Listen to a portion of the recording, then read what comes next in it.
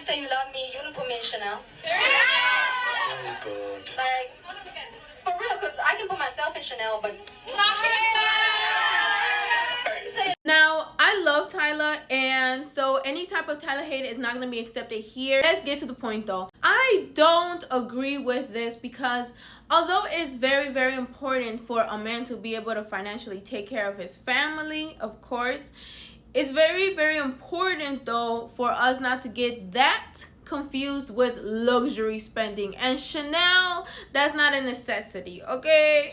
The thing about these celebrities is that a lot of their career is dedicated to being an endorsement, being an advertisement for a lot of different brands, a lot of different fashion brands, companies.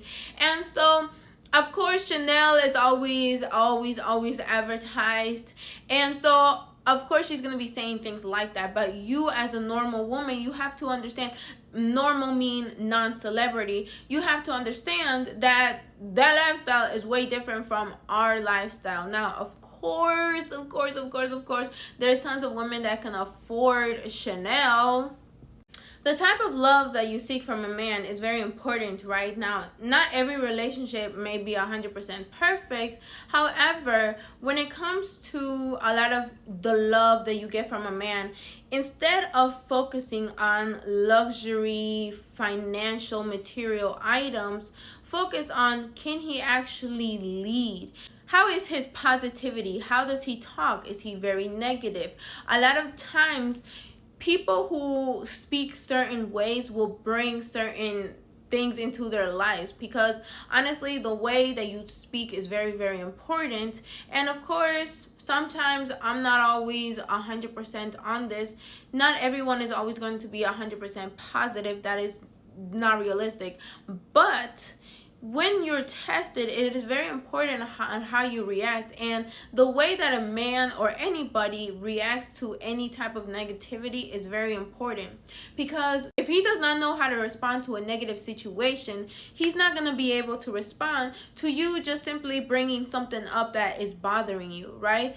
These little tiny things is very important for you to observe in a man, because in the long run, this is what's truly important, not Chanel bags. And honestly, it annoys me, little things like this, because as women, we shouldn't be asking, if we're going to be asking for anything financially, right? Now, I don't even think that's bad, because religion literally tells men how to treat women like princesses. Like, religion always tells men to take care of their women, right?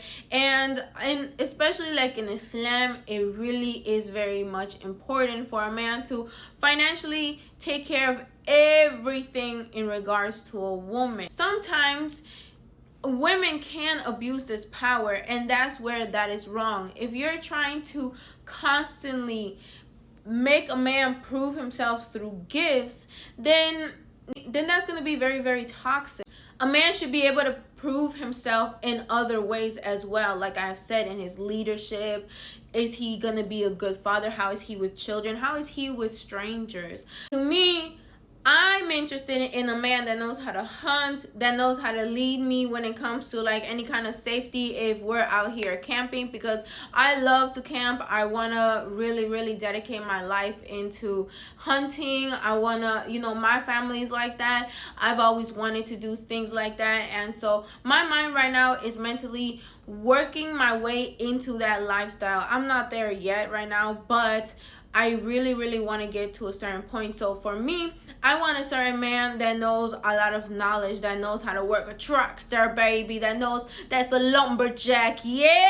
And so because I know what type of man I want, right, I know that this type of man, he's not going to be interested in a Chanel bag. No. He's going to be interested in also a woman that's going to be able to keep up. So you as a woman, for the type of man that you want, you also have to reflect that as well, baby.